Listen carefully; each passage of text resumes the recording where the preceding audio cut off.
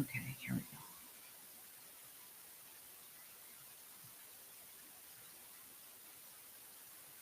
What would you like to do? Because, okay.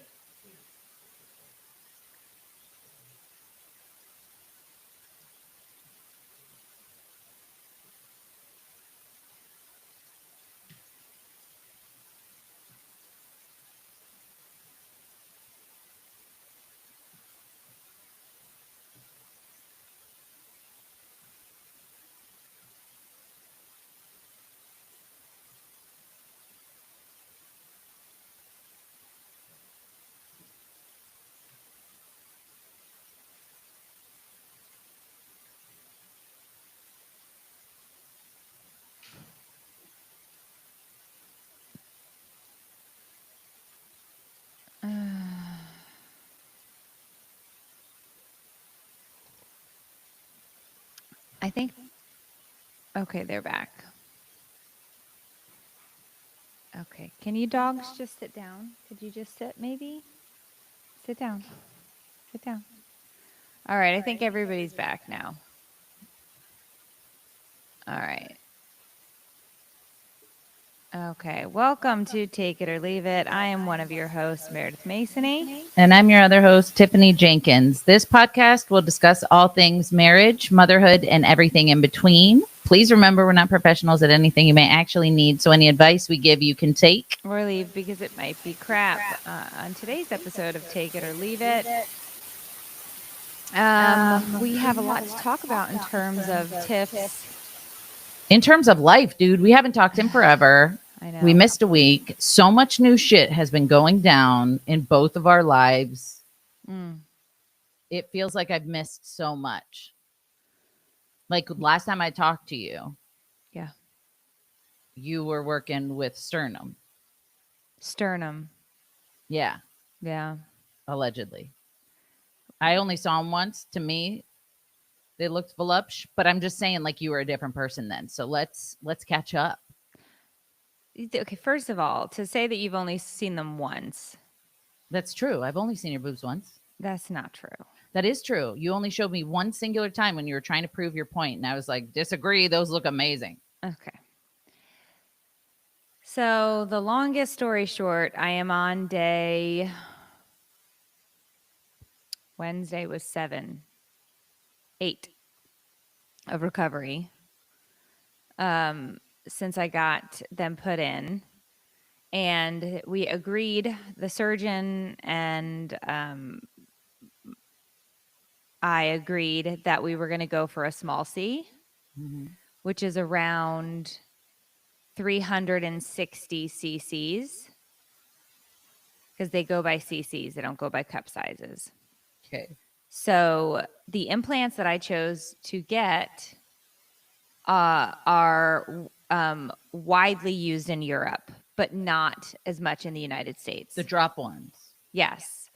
So their nickname is ballerina boobs. They're used a ton in Europe, all over, basically in every other country and every other continent other than the United States. Not that they're not used here. They just haven't been used here as long.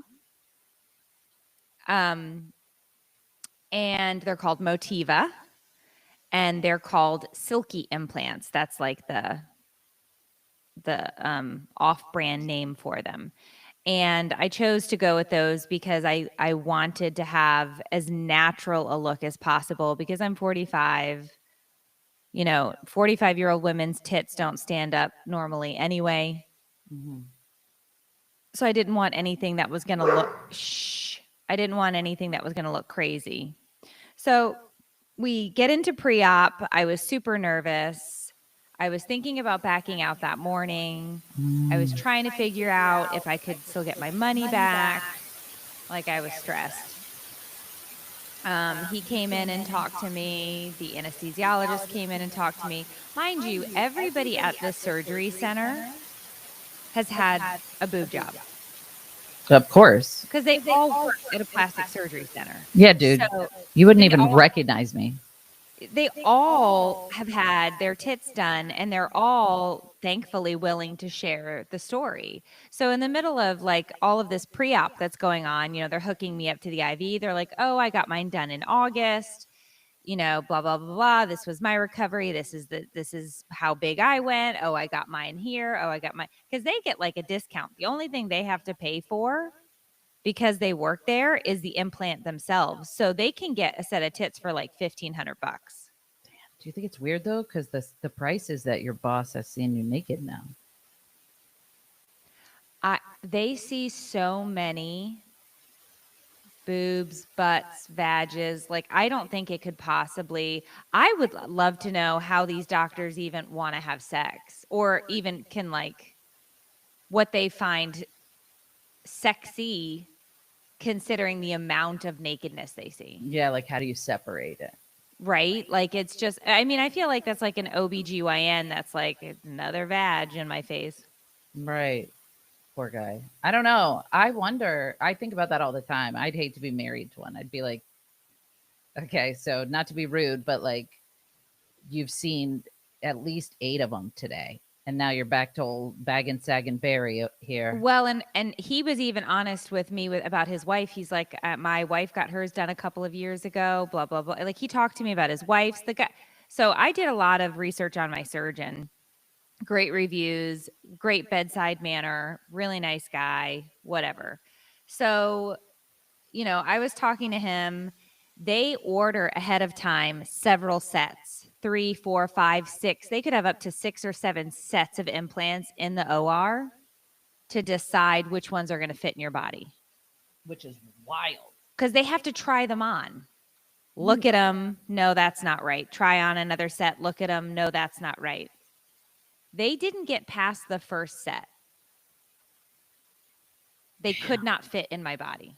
Did you know that might be a possibility? Did No. they warn? Shut up. We had no idea how small my chest cavity was. Can't know until you cut it open. Really? Like they can't do an ultrasound? It's not, no. He literally had to put in 220 cc's, which is the equivalent of a B. While you were asleep already, so you couldn't even say anything. You just woke up. He said I put in the C's and they looked like torpedoes. And how do you feel about that? Are you like, I don't care, give them to me? No, I was so glad he didn't, because I was like, I would not want to look like I was ready to gun down a warship. So I was happy that he made the choice, but he's like, in the end, it's my decision really on what I'm doing because it has to match your frame. And he goes, you have a small chest cavity. He goes, I could not put anything bigger. So it was 1 cup size. So I got to go up 1 cup size. So I have what would be considered a full B. They feel huge to me because I've not had anything. Right. One of them sits up very high still. One of them has dropped down a little bit lower. So they're wonky, like, and he's like, it's going to take at least 6 weeks for them to drop into what they call the pocket. He goes, he checked him out on Tuesday. He's like, you're healing beautifully. They're very normal. Everything looks good. But he did say the hardest part of my surgery was the armpit lumps. Dude, can I just say from a personal standpoint that I'm so happy to get those fucking things out of there. You know that they really concerned me. They grossed you out. Well, it's not even that they grossed me out. They disgusted me. It's not that, but in an OCD way, not in like just a regular way. It instantly fell into the category of like dishwater and sharing a straw. Like it instantly fell into like milk balls in your pits, fell into a thing I don't like. So I'm very happy for you that those are gone. That must have been really hard. He said that they were so it's not uncommon for breast tissue to migrate into armpits. It happens a lot. The problem with mine was that it was 20 years old, because this happened after the birth of my first kid. So they literally started to calcify like rock. So he was trying to liposuct. It's like sucking up rocks with a vacuum cleaner. Literally. So he's like, it took me forever. And my armpit is really the most painful part of this recovery process. Like I have, like my whole armpit is bruised and green and it's disgusting. And they were rocks. They were full on. It was like, he's like, and he goes, I have to be honest, I don't know if I got them all because there were so many of them and they were spread out. He goes, that I tried to get as many as I could. He goes, but when the swelling goes down, we may have to go back in. That's so crazy, dude, because what if, like, how can you differentiate between a breast cancer of some sort forming and those lumps? Because I get them mammogrammed. Okay, good. So regularly. and that's the reason that I posted the gross picture of my armpit and like showed people like the pocket where the lump was. Because I was like, hey, FYI, if you didn't know this, and I didn't know this before listening to this doctor talk about how common breast tissue migration is, I was like, you have to mammogram that because it's breast tissue. So if you do not mammogram that, you can end up with breast cancer in your armpit. Yeah, that's wild. And you won't detect it because you're not getting it mammogrammed. Because who's thinking, oh, this is just a part of my boob? Nobody. Because it's also not specific to breastfeeding. It just happens. It just, part of your boob is like, all right, guys, I'm gonna head to the next town over and see what's over yonder for me. I'm hanging a right, a hard left up at the stop sign. Yeah. So the whole reason I posted that one was to be like, hey, if you have these lumps, when you go in and get your annual mammogram, you need to point it out to the technician. They have to throw those sucker onto the... Don't say that. They do, and they have to smash them, and they have to have them looked at. Hey. What? I don't like that.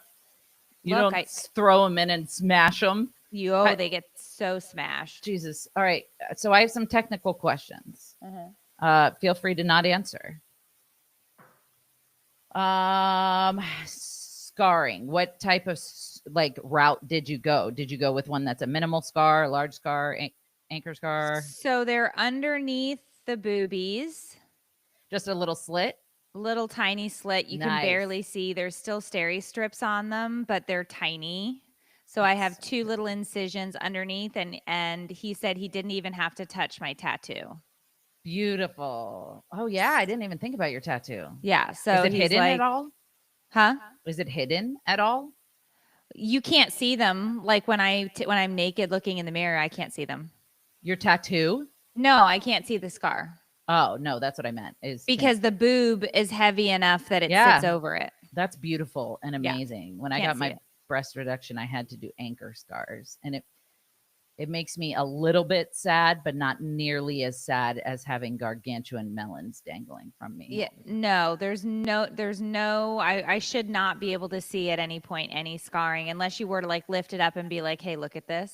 Yeah. Oh, that's cool. All right. Cool. And I think that was it. They kept your nips the same size. They didn't touch them. Okay. Awesome. All right. That's great. I can't wait to see them as the picture of my home screen. So they're the only problem I'm having now is nerve pain from skin stretching because of how tight the skin is, because I just didn't have enough skin. Right.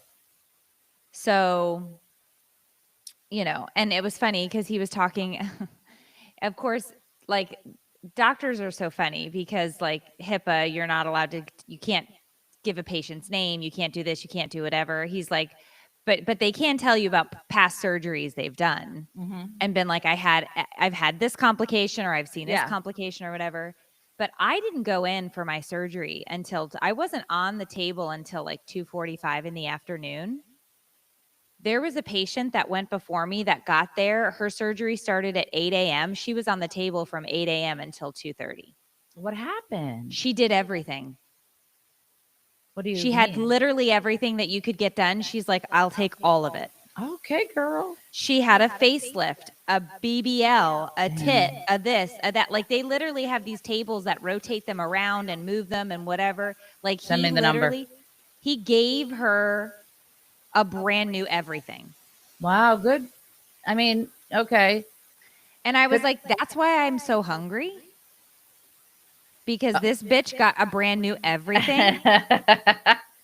And he's like bumper to bumper. And I was like, damn. So I couldn't even imagine the price tag that was associated with that. See. I don't know if I'm supposed to be like good for you or no. That's you know what I mean. I think it's listen. This is my view on plastic surgery has drastically changed so much since hitting midlife. Because first of all, fucking YOLO. I'm not going in the ground. Burn me up. I've said it multiple times. Cremate me. But I have wanted to do this for so long and was never able to pull the trigger because of my anxiety and my fear and the stigma around it. And I have to be honest, I'm glad I didn't hide this from people. Yeah. I'm glad I didn't pretend that this didn't happen. Good. I'm glad that I've posted pictures along the way and been like, here's my ganky armpit. Make sure to, when you have a mammogram, you have these things checked.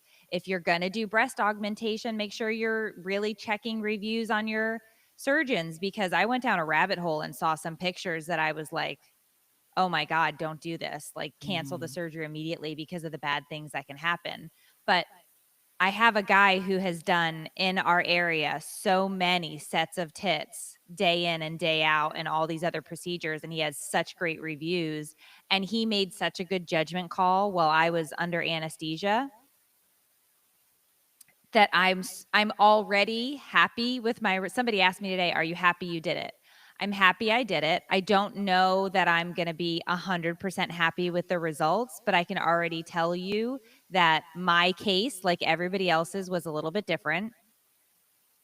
I didn't have enough room to do exactly what I wanted to do. So eventually my brain will catch up with what my body is going to look like. And I think I'm going to be perfectly happy with them.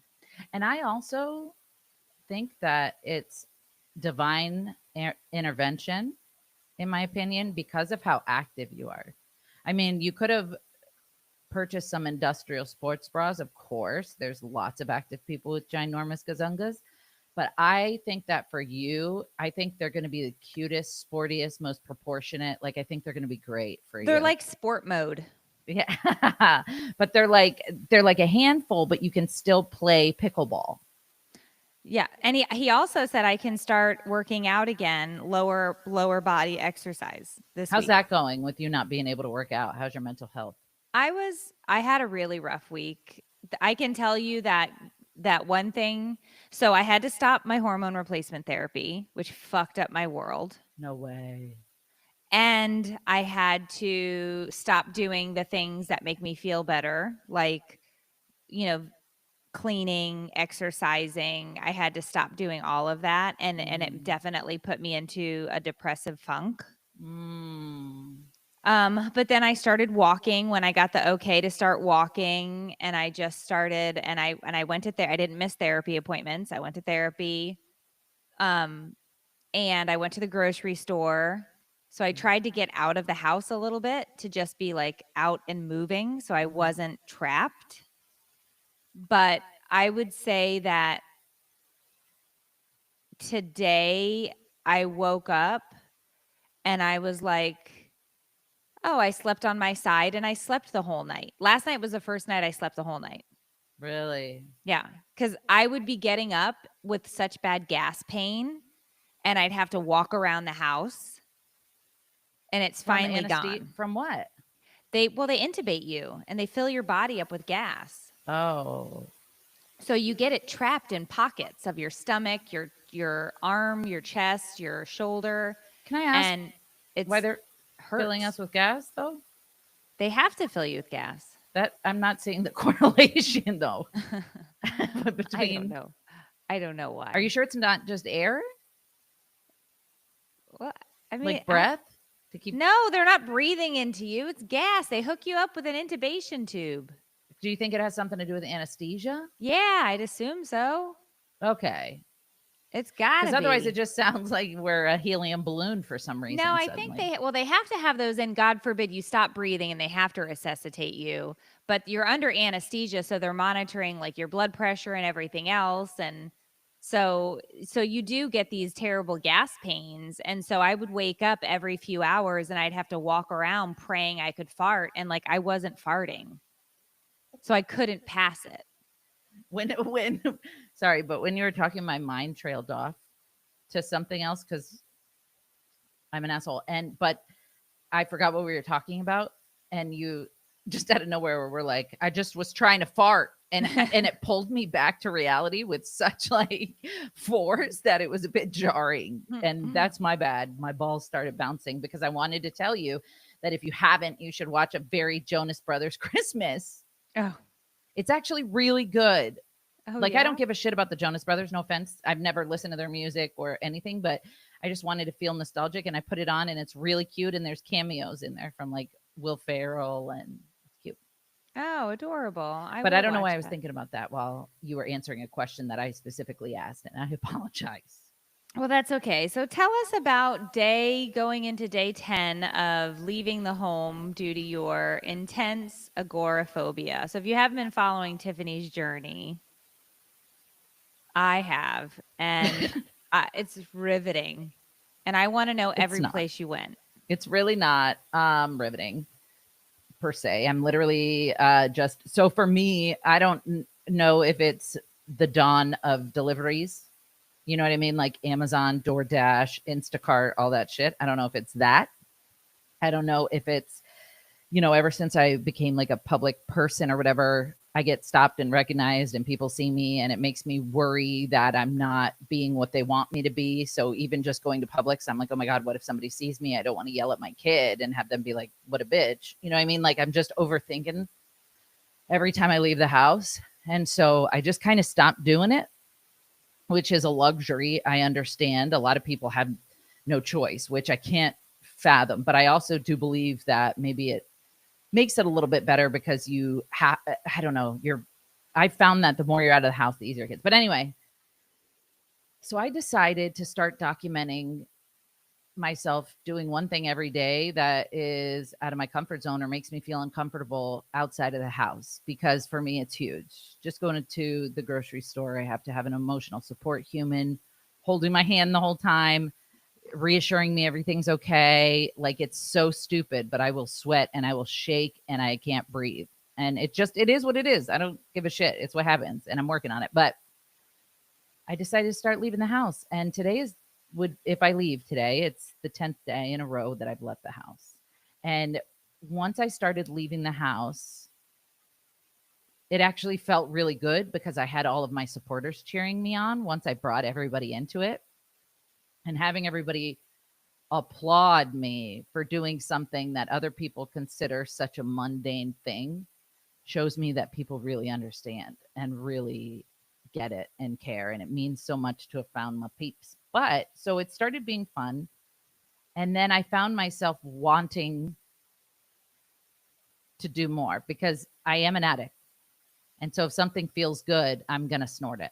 If leaving the house feels good, I'm going to step it up. I'm going to leave the house and I'm going to go to a party where there's hundreds of people just because I'm like, I can do this now. You know what I mean? So I've been hanging out with people. I've been going to recovery meetings every day, Meredith, because I have drifted away from the specific program. I stopped going to in-person meetings, and I allowed, my mental illness to keep me from doing that. I would say, yes, I used it as an excuse, but also at points it felt like I had no other choice. So I just said F it, and I'm doing the exact opposite of what I would have done before. I've said that before also, so everybody might be rolling their eyes. But I've been going to meetings every day and hanging out with people, girls, friends, making new ones. I made a new friend yesterday with somebody in my neighborhood, and I made a new friend at the other meeting. We stayed behind the meeting for an hour and talked. Oh. And next Wednesday, I'll have 13 years clean, God willing. Ooh. And I am going to do my step work with my sponsor and then go get my medallion and a meeting. And I feel really optimistic. And you know what? Feeling optimistic is a really scary feeling for me. And I almost feel like embarrassed or pre-ashamed to say it out loud because I know how much my shit ebbs and flows, how my moods go up and down and up and down, my life circumstances go up and down, and my ability to cope with it goes up and down and up and down. And I know it's fluctuating. So right now I'm in an optimistic place. And I think if I keep going to meetings every day and just trying to connect with other human beings, I think it'll be good for me. My whole thing was seeking mental help with the intensive outpatient therapy and regular therapy and psychiatry and all of that, which is helping. But there was that recovery piece. And I kept telling myself, this isn't my issue. I don't want to use. I don't want to get high. I want to die. Like, so I don't think recovery or the meetings are going to make a dent in what I've got going on. This is above their pay grade. But once I got on mood stabilizers and I was able to balance out enough to become willing to try to figure it out, I don't know. I'm onto something. Yeah. I'm feeling really, really good. And I don't know how long it's going to last, but I'm just going to enjoy it while it's here. Yeah. I when I read that part of your post too, I was happy to hear that, because I do think that going to the meetings can absolutely impact your mental health in an almost immediate way. Right. Which is something that I fucking know. You know what I mean? Like, Yeah. I used to preach that shit. I used to swear by it. I used to, like, I would never talk about specific 12-step programs on my page ever because I never want, it's about attraction rather than promotion. So I never wanted to promote anything. But I used to say that shit all the time, all the stuff I know, but it's like somehow I've convinced myself that I was wrong before, that meetings, aren't the answer, that they're just a cause of stress, and that I can do virtual and be fine, which virtual has been amazing. But in-person meetings, I think, are important too, because you hug people, people see you, they touch you, they're tangible, they're real. You hang out in the parking lot and stuff afterwards and you catch up and you make plans. I made plans with these girls, dude. Not official plans, but there was talk of like lazy river, rainbow something river. And I don't like water, but I might try it. Okay. We don't know. Everything is just scary. Everything's been controlling me for a while. And I just really want to just take my fucking power back, dude. And well, I think it's happening. I don't think you're trying. I think you're doing. Thank you. Because as a bystander, I'm watching it. So it's an action word. So, and I like that. I mean, I don't love rivers. No, I don't. But I love that you will at least entertain the idea of going. And even if you are the lady who's like waving at the side of the bank while people are enjoying, you're still outside in nature enjoying that. Like, yeah, exactly. For me, that's still a win. If you don't even get into the river, but you go, I feel like you still won. And thank you. And that's what I think is important too, because I would beat myself up and be like, God, you can't ever do anything fun, So I think if I'm just gentle with myself and I'm like, we're doing it, bitch. Yeah, you don't have to get in no river to win. Okay. Yeah. Let's not. Thank you. You don't have to go there. Because I can tell you for sure, shit, I wouldn't be getting in no fucking river. I'd go and I'd wave with a picnic basket. Oh, picnic? Yep, but that's it. Wait, you don't do rivers? No, oh yeah, I know that about going in any fucking water. Water. Yeah. No, ew. Okay, sorry. Yeah, you could be the snack lady that just hands out snacks and jokes. Okay. Yeah, I could probably do that. Yeah, I think that would be great. Oh my God, I said the most a joke and it did not land in front of Ugh. 3 people, and it was so embarrassing. We were leaving the therapist's office. I had one of my kids with me, and she is very much like into teenagers, like thinks they're so cool and whatever. Like when we're around teenagers, I'm not allowed to speak. And I know that.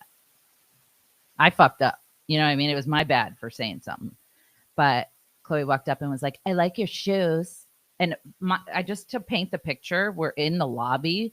The lobby's really weird because instead of a door, it has an elevator that takes you down. So you're standing in the lobby to the of the anyway, we're standing waiting for this goddamn slow ass elevator to come up, and Chloe's like, I like your shoes. And the girl's like, thanks, I like your pants. And Chloe's like, thanks.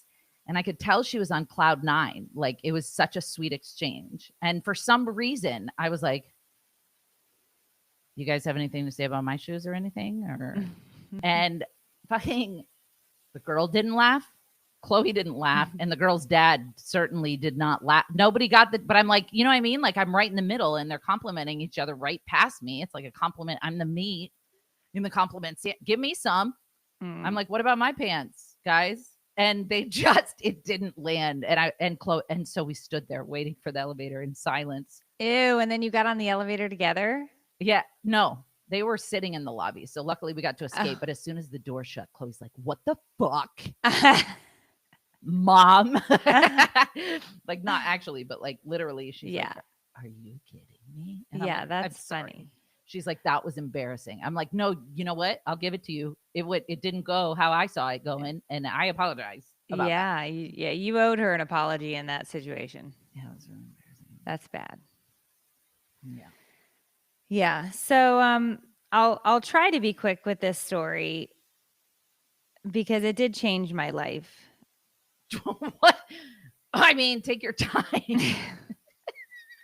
What do you mean? But I ended up in San Francisco to go to Facebook for this meta event that they had, which was actually really, really good. And you would have hated it. Okay. It was jam-packed. There was not a moment in the schedule where we weren't in a session, in a meeting. But it was really interesting. I might have liked that, being told where to go, when to go there. Maybe. So then maybe this would have been your, like, because it was, we were meeting with engineers and production team members and like people who write the code. So like questions that I have about Facebook that are like, why does the app do this? Like, why is there this bug? Like, why can't I do this? Like, why? Like, there were people there who had answers to be like, oh, I write the code. Yeah, that's cool. Which was super interesting for me because I'm like, I have a complaint from 9 years ago. Yeah, you're the perfect person. Oh my God. Like anybody who would listen to me, I had like a notepad. I was like, let me tell you the first time this happened. And so, you know, like we're going through all these meetings or whatever. And I knew that I had to take a red eye home after the event because there were only 2 flights out of San Francisco. There was like a 8 a.m. and then there was a 10:45 p.m. that go back over to the East Coast. Like there were no in between options, or you had to have like 4 layovers. So the week before was like, okay, like if I'm going to be over there, I'm going to enjoy myself. I'm going to book a massage. Yeah, girl. So I go on to the Google Maps and I type in massage and I see that there is a massage place about 15 minutes from where Meta headquarters are. And when I called them, they were like, with your massage, you get a day pass to all the spa amenities. And I was like, oh, this sounds wonderful. I was like, great. So like I can hang out there all day until I have to go to the airport. And they're like, yeah, it's included with your massage. And I was like, oh my gosh, this is awesome. She goes, just so you know, it is a clothing optional facility. And I went, well, that's weird because I never wear clothing when I get a massage. Right. So, okay, like not a problem. No. So we get there and I get checked in at the front desk and she walks me in and she hands me the keys to my locker. And she's like, please take your shoes off here, which I thought was a little weird, but I was like, okay. And so she gives me slippers and she walks me in and there are 10 fully naked women standing in front of me. No. Fully fucking tits up, bush out, No. in my face, walking, meandering. Meandering bush, dude. And I was just like, what is, and she's like, okay, so this is where you're going to put your stuff. When you go through these doors, you're going to find the hot tub, the sauna, the cold plunge. We have a salt room, you know, blah, blah, blah. And I was like, oh my God, wow, there's a lot of amenities here. So she hands me my robe, and I immediately put on a bathing suit because I had one in my suitcase. And the only one in a bathing suit, because as I go through the doors, everybody is hot tubbing naked, saunaing naked. No. Just fully just nakedness everywhere. And then there's showers. So you have to shower in between going into each of these amenities. You have to rinse off, but there's no doors, there's no curtains. There's just shower spigots, and you're just standing there just fucking rubbing yourself down like a Thanksgiving turkey, just wildly naked. Yes. And so I keep my swimsuit on because I'm also clutching my pearls, my imaginary pearls, and I'm so uncomfortable because I'm so American. And I realize that I am in an Asian bathhouse because 99% of the people in there are of Asian descent. The naked people? Everybody was naked, but there were a handful of white, what I would consider to either, I don't want to say white because I have no idea what their ethnicities were. Like they were European, could be white, could be American. I don't fucking know. But the majority of the people were Korean. You weren't the only American in there, is what I'm wondering. No, because I'll get to it. Wait, is this in America? This is in San Francisco. So I go in, and I'm in the sauna, which was very nice. And I get out, and I start to take a shower, and a woman approaches me in the shower, and she starts to talk to me about Whole Foods, just about the price of carrots at Whole Foods. Wait, I'm sorry. You were showering, and she walked up, and she's like, "Hey, did you see that BOGO at Trader Joe's?" Yep. While showering. No. Together. No. Yeah. What do you mean together? Just because there's only spigots on the wall, and you're just showering. It's one giant, like in the movies? Like a gang shower at a prison, I would assume.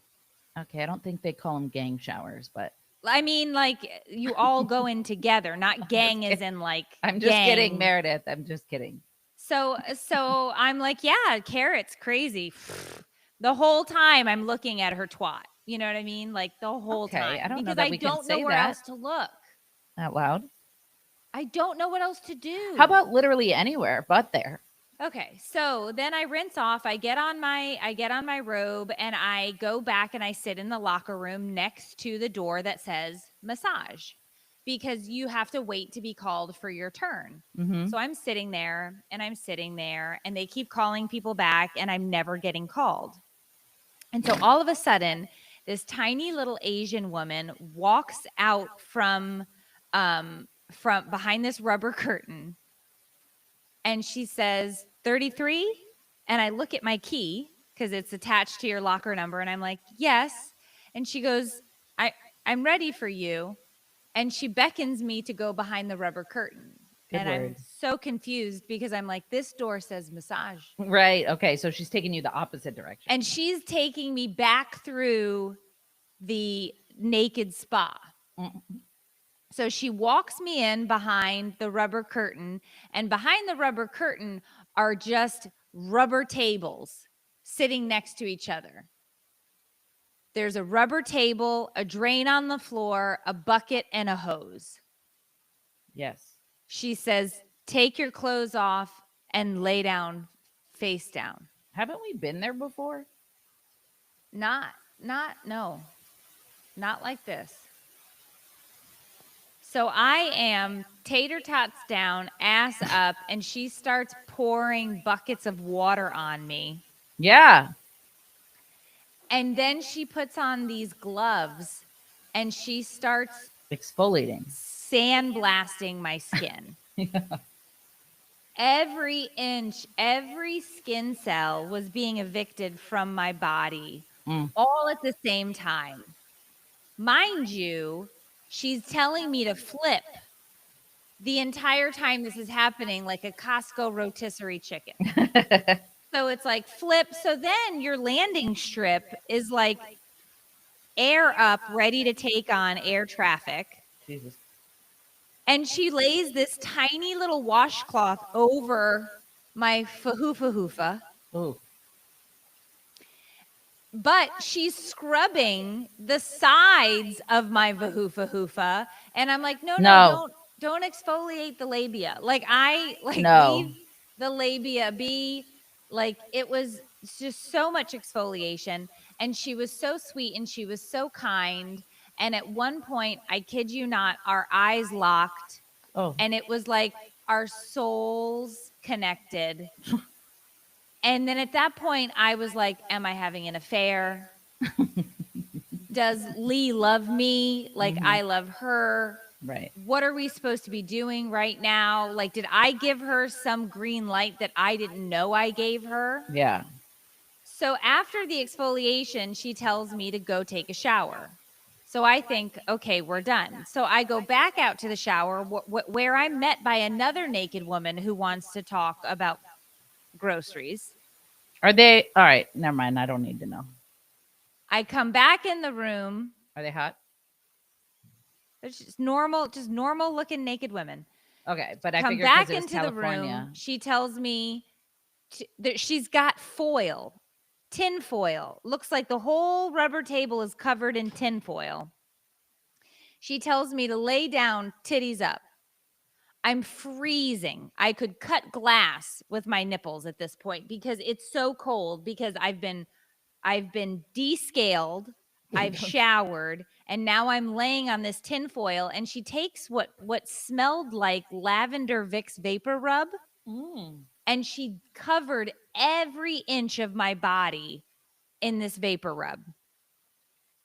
She then wraps me like a Chipotle burrito up to the collarbone, right underneath the chin, and then layers towel after towel after towel on top of me to keep the heat in.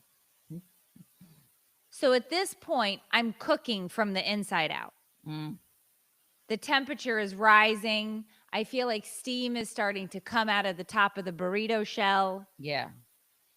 And she moves on to the most magical scalp massage I've ever had in my life. She is doing things to my head. I start to drool. I'm snoring. Yes. My body has gone, my soul left. It is looking down at the body. It's weird. But she's silent the whole time. She never makes a peep. She just dances around you like a little elf, like a little sprite. And she's just doing different things to you. And she's never making a noise. You don't know when she's coming because she's so quiet. She then takes the hose and sprays down my hair. She starts to unwrap the burrito and she sends me off for another shower. So I think I must be done. No. I come back. She says, now it's time for your massage. I said, you're like, ma'am, I don't know if I could handle it. Honestly. I was like, sweet baby Jesus, what are you talking about? Like, what just happened? What were the other two portions of this? So she starts squirting me with oil, enough oil to fry every KFC chicken in the continental United States. I was so oiled, which by the way, I love. Okay. I love a good oiling.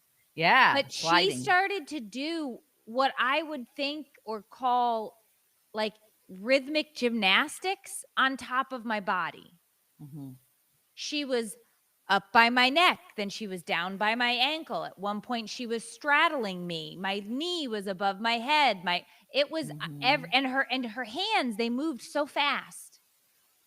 And then it was like flip. And I was like, oh no, we're flipping again. So then I'm flipped. She's straddled on top of me. We're locking eyes again. She's got her fingers interlaced in my fingers.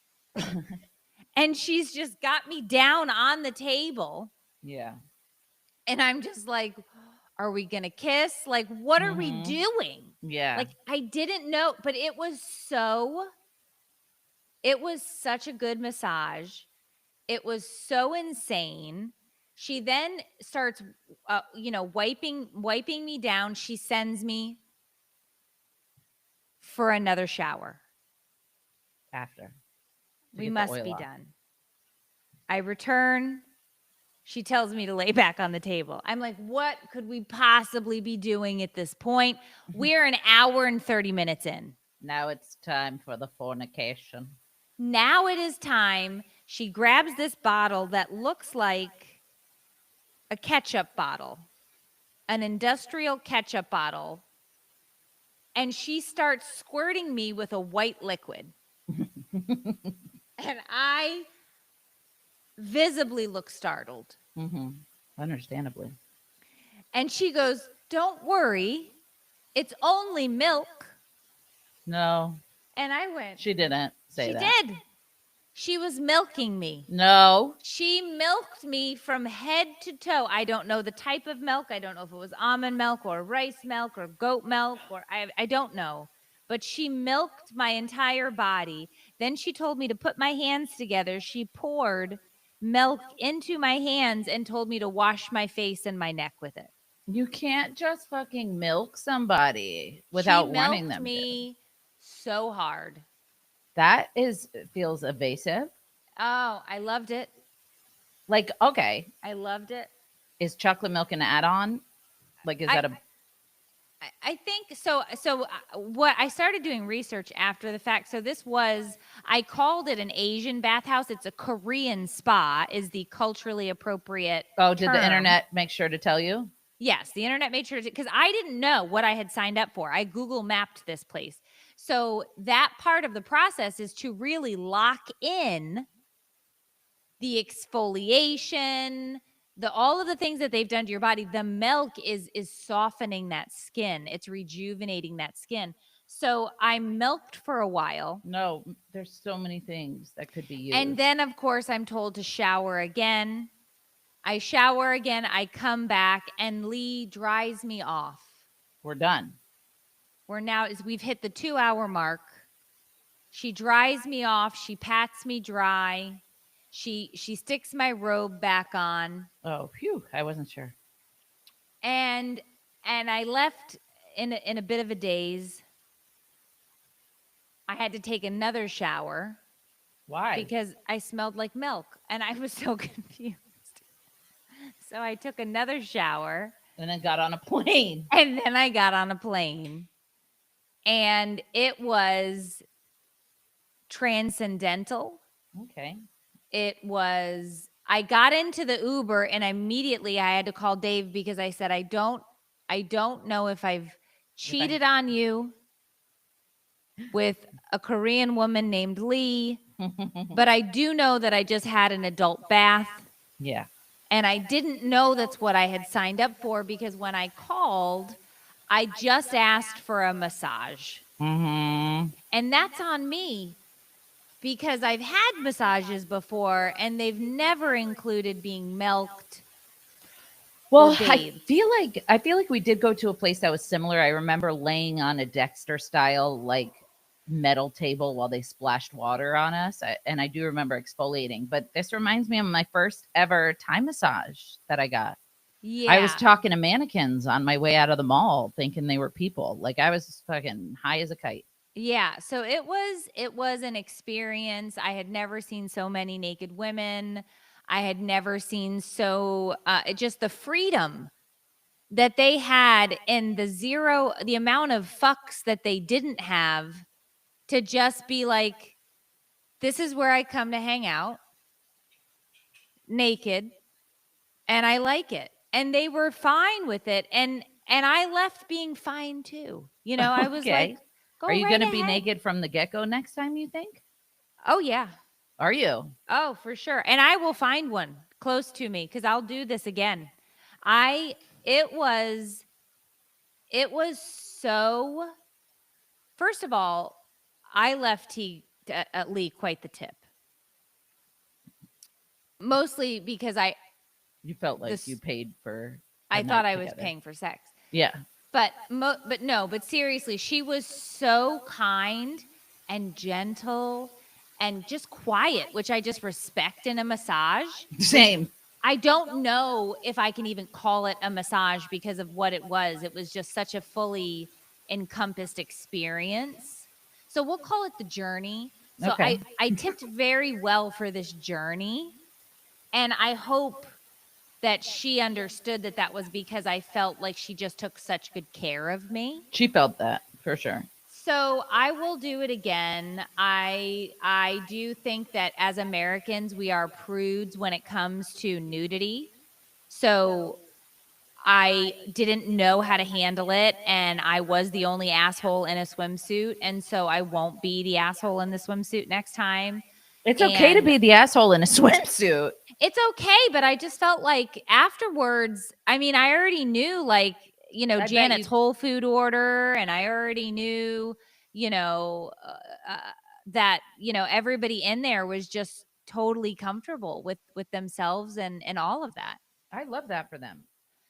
So it was interesting. I'd be so insecure. I could never, Meredith. It was very eye-opening. Third eye, brown eye. What are we all talking? The eyes. And it was great, and it was a really good experience. So I'm really glad you had that. I'll be going again. Okay, I love that for you. Can I ask you some questions about the con or whatever it was? The what? Con? What do you call it? Facebook con? Oh, the meta event? Yeah. Yeah. I have questions. Yeah. Did you see anybody cool, like anybody famous? I'm sure that these people were famous, but a lot of them were younger, so I didn't know who they were. Yeah, see, that's that shit. Remember when we went to VidCon? They were all young and nobody knew who the fuck we were? Yeah. So I was kind of like, everywhere I went, I had to be the mom. So like when they were going through the food line and I was like, you forgot your napkin. Oh, Jesus. You didn't have to. Or like Meredith. They were sitting down and they were like, I was like, you forgot a drink. You need me to get you a beverage? Jesus. So I walked around and I was just like the mom to a large group of these creators who make way more money than me and have a much larger following, but I didn't know their names because they were, when I say young, they were 28. Okay, wait. Well, what if while you were mid passing out forks to them, they're like, wait a minute. Are you that mom who sent her daughter to Jamaica with $4? Somebody did know me as the $200 TikTok mom. No. And I did have a couple of people come up to me and they were like, oh my gosh, I follow you. I love your stuff. That's awesome. But it was a younger crowd. And for me, I was just so interested in learning about the statistical data analytics algorithm side of things. You're joking. You just said as many big words as you could to be ironic just now. There's no way that was they had so many people in there that were literally giving us information on how the platform itself worked. That's really what interested me. No shit. Yeah. See, you would have really lost me, dog. I hung out with the I Mom So Hard ladies. Fucking traitor. Very nice. Very nice. Are they? Very nice. Very down they're earth. Not. Never mind. I was thinking of something else. Jen and Kristen, very nice. Jen and Kristen seem nice. I stalked them a bunch. I'm trying to think of who. Becky Be Social. Do you follow her? Is. No. She's very funny. Hung out with her. The speech professor. Do you know him? I don't. He's funny. He does his whole thing is like basically calling out men who are misogynists. Oh, I like that. So he was super interesting to listen to and he's a full-time professor at a college. So he was interesting to listen to and talk to. Okay, And who then there were else? people who were these younger crowd where they do are like 30-second sketch comedy videos. And I did not know who they were. And, I call them kids because they're, 25, 27, 28. And they were like, talking because they all live out in Hollywood. They're like, oh, yeah. And we're just collabing with so and so. And I'm like, I don't know who these people are that you're talking about, but do you want to finish your meal? Because they're coming around with dessert. So Meredith, you can't just do that. And they were like, okay, mom. And I was like, well, if you're not going to finish it, there are hungry children. You start handing out condoms. You're like, listen, guys. Yeah. Be safe tonight. Okay. I know you're going to get crazy out there. Maybe have a couple drinks. Well, they did have an open bar at both the Facebook event and then at dinner. So people were indulging in beverages. For free? Yes.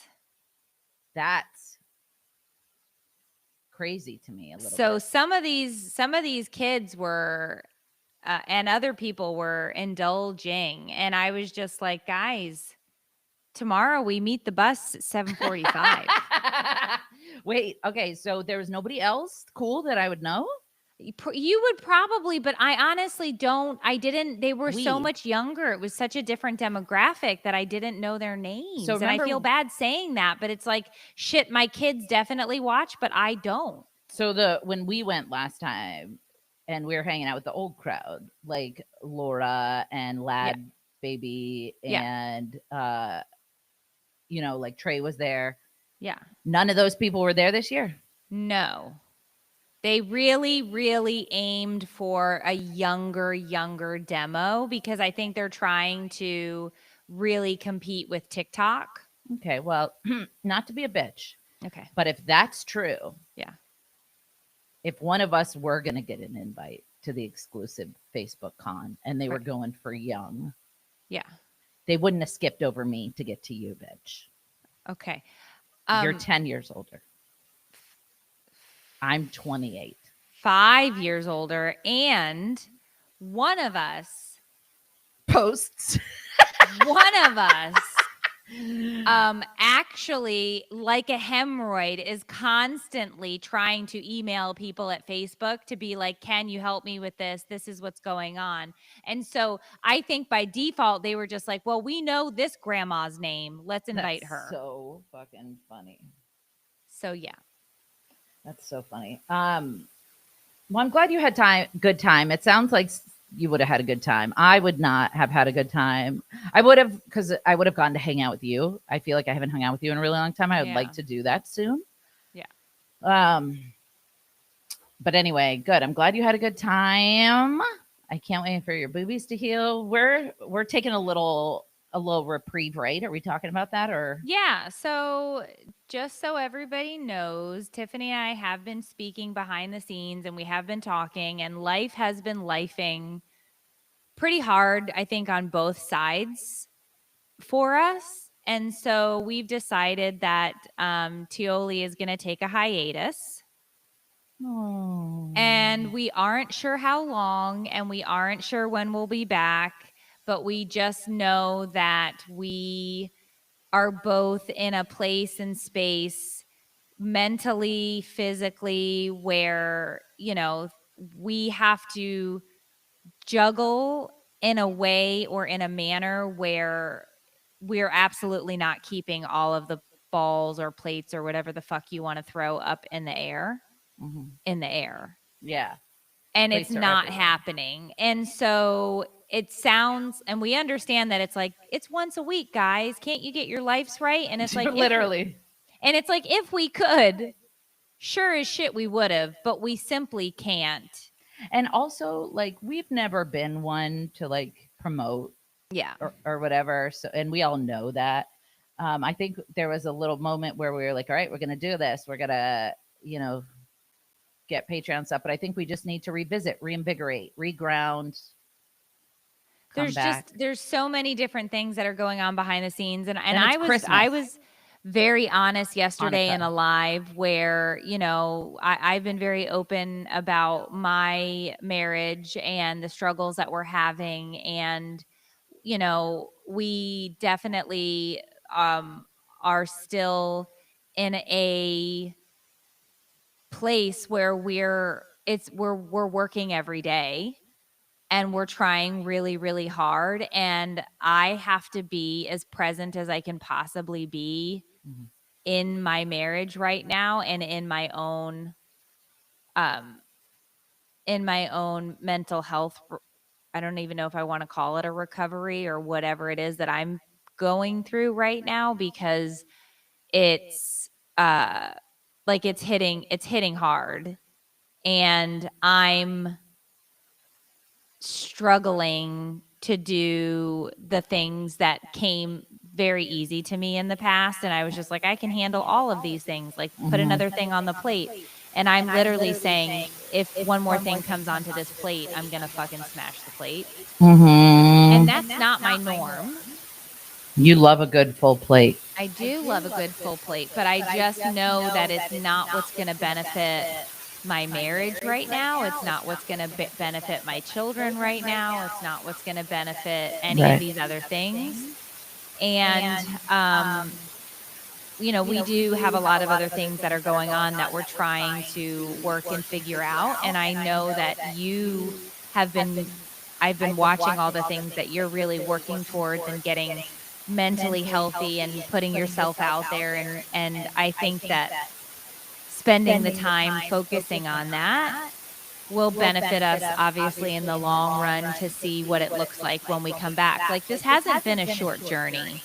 Some people are brand new to this podcast and they're like, I've only listened to 5 episodes and these assholes are going on a hiatus. We've been at this for almost 8 years. It's been almost 8 years. And I'm not going to sit here and say that it hasn't been a success, because it's been wildly successful for people who have listened to it and enjoyed it and have been diehard fans of TIOLI. Yeah, I would never say it's not a success. I'm surprised it's still running, honestly. Right, it's been a success. We also just understand that with everything else that's going on, we've never promoted it to where it's been something that it's been a stream of revenue or income for us. Correct. And we can't really figure out how to do that. And we've tried, and we have to be, and I'll be the one to take the bullet here. We have to be honest, where we both are struggling to make income because of the way the landscape has changed with social media, and we're not touring and we're not selling tickets to events and we're not doing these other things. And we love the podcast, and we've been doing it for fucking free for a very long time. Literally. But we also don't want to charge people and then be like, hey, we're going on hiatus. Yeah, we're not charging anybody. We're gonna stop the Patreon. We're not gonna collect money while we're we're on hiatus. But we also couldn't ask. We couldn't bring ourselves to ask and charge what other people are charging on a Patreon either. So it's not like, we just struggle with that, because it feels like we can't, because some people will charge per episode, or they're charging in upwards of $30-$40 a month. And it's like, that's insane. That is insane. Is that an option? Let's go. People do it. I'm just kidding. But we just have never been able to say that. We just and can't honestly, do that. I also think we don't really give a shit. Like, we knew we were never going to get rich off of this. I think this is just selfishly for all of us. You know what I mean? It is. And we just, and right now it's just looking like it's one of those times where we're really, I didn't realize Thanksgiving was next week. Dude, crazy. You know what else is next week? Not to brag, my 13 years. Yep. So I think it's just like, hey, we're going to revisit this in 2026. We're going to talk about what it looks like later on. We're going to figure out where we want to go. You guys will obviously be the first ones to know about that. If you follow either of us on our own supporter pages, go to the supporter pages for information about what we're doing separately over there. I'm still going live separately on my supporter page. That's something that in my community. I'm doing that too. Also. Oh, good. Yeah. So go over there and look for what it is that's coming next. I just mean separately on those pages. And when we know what's happening, we'll be posting there, and we'll also be letting people know what's coming next. But as of right now, it's basically just we're putting a pin in it, and we're going to see, kind of what shakes out. Yeah, we're just taking the holidays. I Yeah. was looking, this feels like a breakup. I was thinking we were just going to take a little break, which Yeah. is, you know what I mean? Like Well, for a we're little while. going to take so a figure it break, out. and we're going to, I mean, I'm going to ask you to not sleep with others while this is happening. What? Like it's a break. Like don't me a boob pic and I'll think about it. All right. I'll do it. Yeah, no, we're not. It's not. I'm just, let's take the holidays. Life's crazy. Let's just fucking focus on kids and family and mental health for a little while and not work shit. Although you guys are a great addition to our mental health. Yeah, it's always been that way. I think it just wanting to eliminate some obligations or things that are scheduled and set on the schedule. So like I'm getting rid of this. I am getting rid of the children. Oh. I'm probably going to also get rid of the cats. I'm so done. Just downsizing. Yeah. Things that we don't really need at this time. Yeah. It's, I wanted to get rid of all of the animals the other day because Ruth and Kiki were in the backyard and they were play fighting, and Kiki got a hold of Ruth's ear. Ooh. And ripped it. Ow. Didn't know that she ripped it. The dog came into the house, started shaking her head everywhere. It looked like a fucking crime scene. I was cleaning blood off of the walls, the floor, Holy the couch. Shit. The ears bleed bad.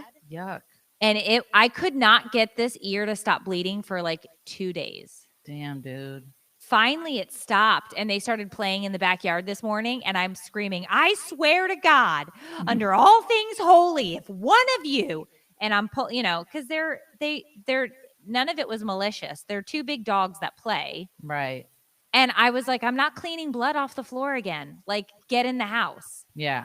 So, yeah, I wanted to get rid of everybody. I was just like, if you piss or shit, you're evicted from the house. Yeah. Done. Do it. All right, friend. Well, let me know if you need anything. I'm here. If you need to chat, if you need someone to hold cabbage on your boobs, I got you. They did not tell me to do that. They didn't tell you to put cabbage leaves on your boobs? That's for breastfeeding. No. No. Yeah. My friend got her boobies done and she had cabbages on them every day, like a little mermaid. Oh. Meredith said she can't sleep with others. That's what my comment was about. I was joking when Tiffany was like, are we breaking up? And I was like, I'm going to ask you to not sleep with others at this time. That was the joke. For people who didn't understand that. I think they did. I think she commented something and maybe people took it the wrong way. Oh, no. I was strictly joking about fact that, and also Tiffany can sleep with whomever she wants. I'm assuming she's already doing that because she's a little whore. Everyone. Yeah, everyone. All of them. Anybody with eyelashes. Oh, God. I don't know what that means. I really don't. Either. All right, I have to use the ladies' room. Okay. We will see you guys at some point, but we will let you know whenever that happens. So join us in the archives to listen to all the old episodes in the meantime. Wait. This feels abrupt. This feels like I feel like the way we're saying, I think we should be like, hey guys, all right, we hope you have an amazing holiday season. Take this time for yourself. We're going to miss you, but we're still going to check in on our supporter page and we'll be back in the new year with new ideas. We don't know, are we quitting? No, I think we don't. I think that's what you just said is we just don't know what's going to happen. So when we know, we'll tell you. Okay. Yeah. That was what I was saying. You're just really good at like goodbyes and I'm not.